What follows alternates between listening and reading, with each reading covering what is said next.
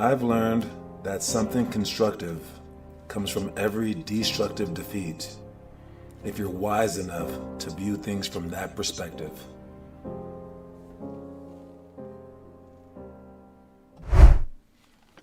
So for every destructive defeat, something constructive can come from it.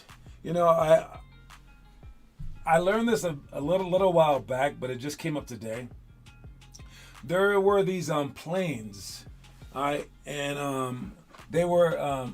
Let me look it up actually. So there were these fighter planes back in World War II, and they would get shot up because the enemy is shooting at them, and they had all these holes in them, right? Let me see.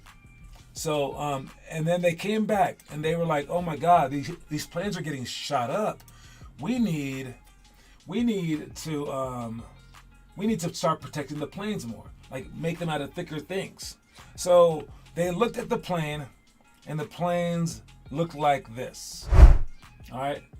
So the planes look like this, and they were like, well, we need to add some more protection here, some more protection here, some more protection there, and some more protection there. But then this guy, I don't know, his name is in here, but this really smart guy, he told them, he goes, wait a minute, nah, you don't need protection here. You don't need protection there. You don't need protection there.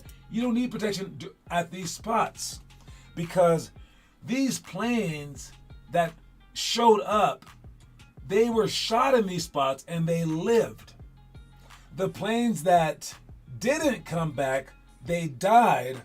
So what we need to do is to protect the spots that weren't shot.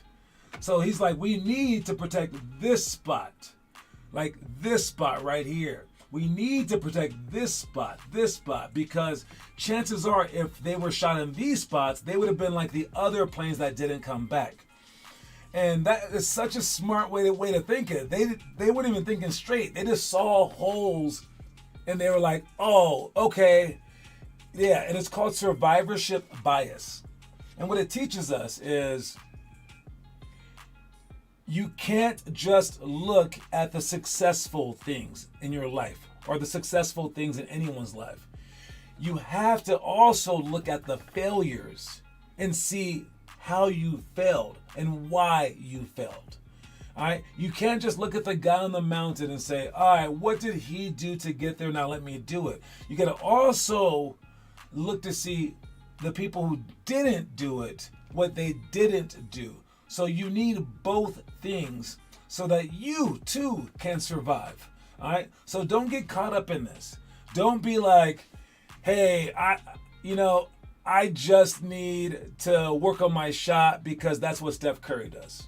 Look, you have to look at like the whole gamut of things. Maybe Steph Curry's dad was already in the NBA. Oops. So now you're missing out on that because your dad wasn't in the NBA. So you got to make up for that.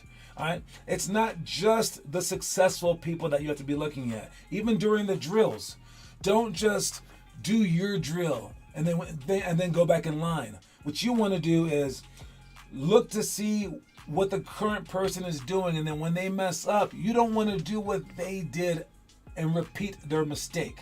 So this is called survivorship bias.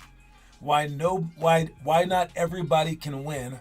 All right, and it's a really smart concept, and where we might get caught up. So don't get caught up in that. All right, survivorship bias. If you guys know anything extra about it, this was the guy right here, Abraham Wald, I suppose, was his name. So let's make sure that you guys understand this and that you guys don't fall for this.